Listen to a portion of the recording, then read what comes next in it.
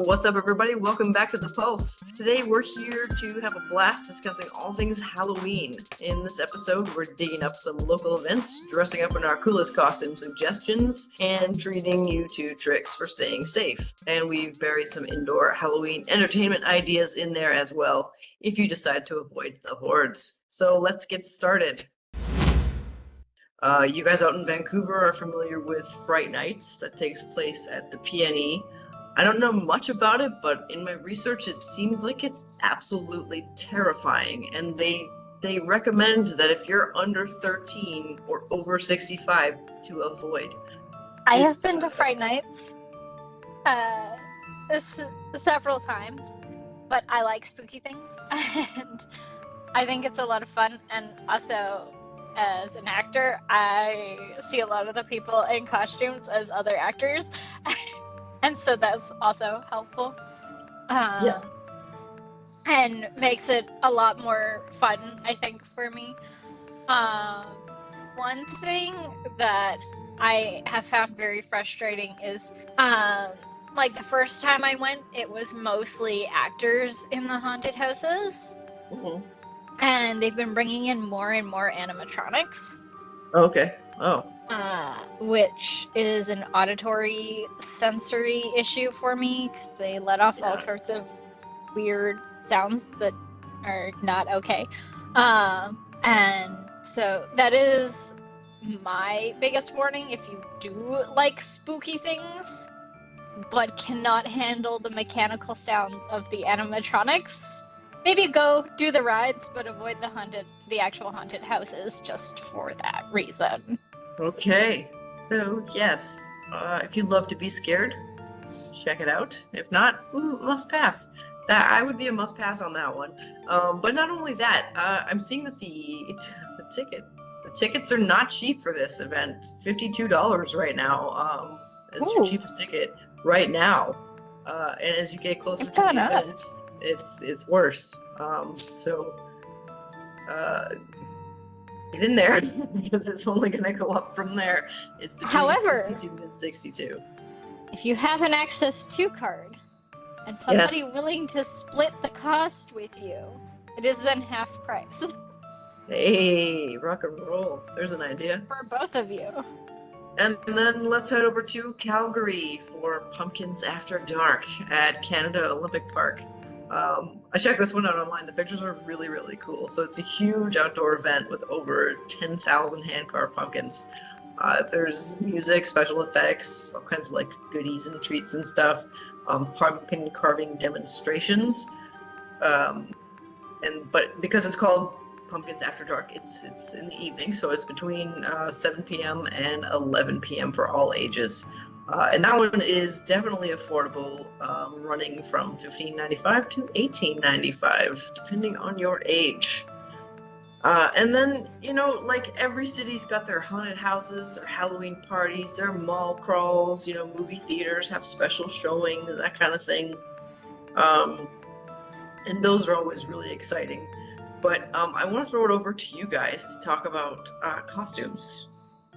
Because, Kayla, I know that you have maybe a little bit of a thing about costumes. Mm-hmm. First, though, just real quick, there is one event that I'm really wanting to check out this year locally. The Burnaby Village Museum does a haunted village, apparently. And so I'm kind of excited to check that out this year, because I'm not too far from there now. So, Kayla, tell me about costumes. I can definitely see how costumes could be scary, because you don't always know who's in the costume. But yeah, I love costumes. I love to dress up at Halloween. Before COVID, I used to volunteer to do face painting for some of the charities that I work with, and I would always dress up to do the face painting, and the kiddos loved it, which was great. Yeah, I find Spirit Halloween is a lot of fun. I love Spirit Halloween. I love going to look at all their costumes, and I do occasionally get something there. But you can find a lot of really good things, even like throw together a lot of really good things just from Value Village Mhm. and other like secondhand places. Um, I've gotten a few really good costumes off of Wish. Although my costume that I have for this year that I'm reusing, I got from Spirit Halloween. What I actually wore from Spirit Halloween, but then I was going through. I think I was at Walmart first year that I did this. I think I was at Walmart and they had a Jack skeleton that you are supposed to hang from the roof, Mhm. and it was just kind of empty fabric sack. So I brought it home and I opened up the neck and I stuffed it and I took it around everywhere with me, and I was Jack and Sally. Yeah. This year I am reusing the Sally costume, but I found adorable costumes for my kittens at PetSmart, and so my male tabby is he's going to be Jack, and part of the reason this came about is because my female cat is pretty much pure white, and I was saying a few weeks before I found the costume, I was like, she would make a perfect little Zero for Halloween, and then I found a Zero costume. So she's Zero, and I found a Jack costume to go with it for him, and so yeah, I'm gonna do a group costume with my kitties this year. So I'm gonna throw a picture up on the screen for our YouTube audience that you sent me. Can you give us the backstory here? Yes. So that costume I actually found at the dollar store, except for the shoes. I ordered the shoes on Wish. It was a few years ago. I had a little Silky Bichon Shih Tzu that was almost pure black, and so she was my little Toto, and I was Dorothy, and yeah, she was already the perfect little Toto, so she didn't even need a costume. But she answered the door with me every time when the kids came for me to give out candy, so it was perfect. What about you, Parker? What are your thoughts on Halloween costumes? Well, I started coming up with sort of like like a list to like, oh yeah, like what like Halloween costumes could you do? And I'm like dressed as like characters from your favorite TV show or like just a TV show. So I would just like I'm like, oh, like Doctor Who, you could dress as like one of the doctors and like your friends could be like the doctor's companions, or you could all go as a different doctor or something. You like to dress up in costume? Yeah, when I was in high school, I feel like I was like one of the like very few people in my high school that actually like dressed up. Like it would be like the one day a year, or like the one like time a year, where my mom actually, because my mom always helped me with my costumes, and so it would be like the one day a year that we do like arts and crafts or like DIY costumes and stuff like that. I want to know, Parker, what was your favorite DIY costume that you did? Oh, there was one year where me and my sister were both dragonflies, where we were like, Nice. yeah, and there was also I was Princess Peach, but my mom wanted me to like not like, oh, don't like do the dress thing because you're never gonna wear that again. And so there was like, so my mom got, so I didn't go as like Princess Peach in the like when she's like on like the bike or something like that. So it was like the sweatpants and like the I think some like top or whatever. And so we would like, there was I guess like certain things that we like sewed on, and and there was like the crown, like my dad like made the crown. So I want to talk about staying safe.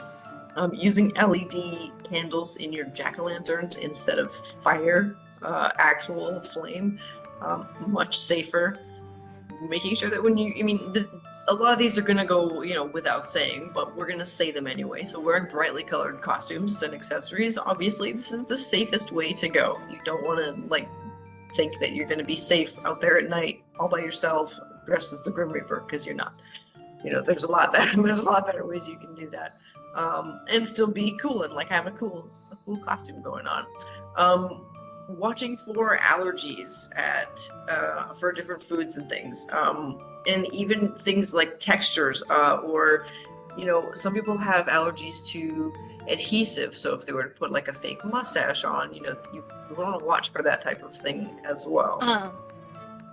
If you're giving out candy, the Dollarama has started coming out with a lot of these packages of party, kind of like things that you would put in a little party bag, but they're Halloween themed. Around Halloween time they have little books and pens, those little ball maze games and things like that.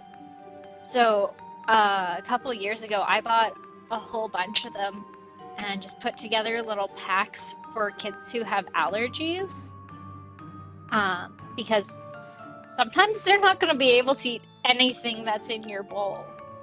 And Yeah. so having that non-food option could be really cool for those kids.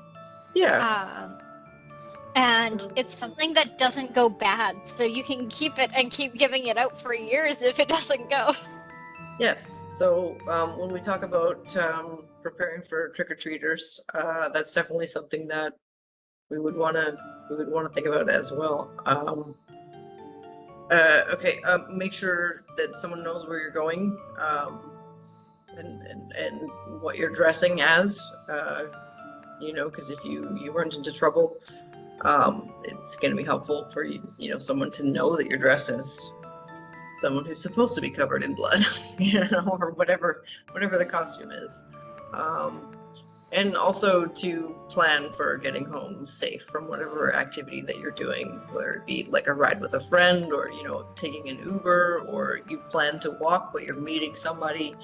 As long as you've got a plan and it's the safest plan that you can possibly come up with, that's the most important thing that I would like to communicate here. So moving from safety, let's get back into it.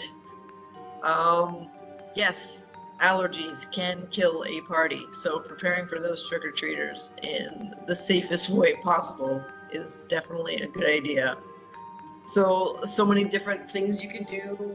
Not all of us trick-or-treat. I am slightly aged beyond that myself, just slightly. So I don't trick-or-treat. I also have an aversion to costumes, but I will watch the crap out of a scary movie around Halloween, because I love to be terrified by a screen, not by someone, on a Fright Night running around trying to scare me, because that will actually work. But scary movies, movie marathons, there's always, it's just like Christmas for horror freaks. Every time Halloween rolls around, the TVs, all the TV stations are playing all of the best and most awful, terrible movies that we all love to be afraid of.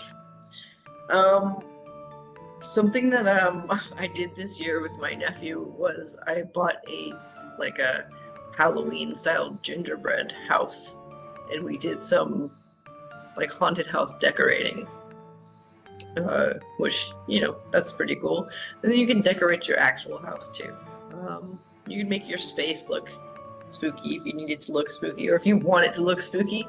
And you can do that all year round, really. But there's lots of ways that you can have Halloween fun without going out and trick-or-treating. So what are some of the things that get you excited about Halloween?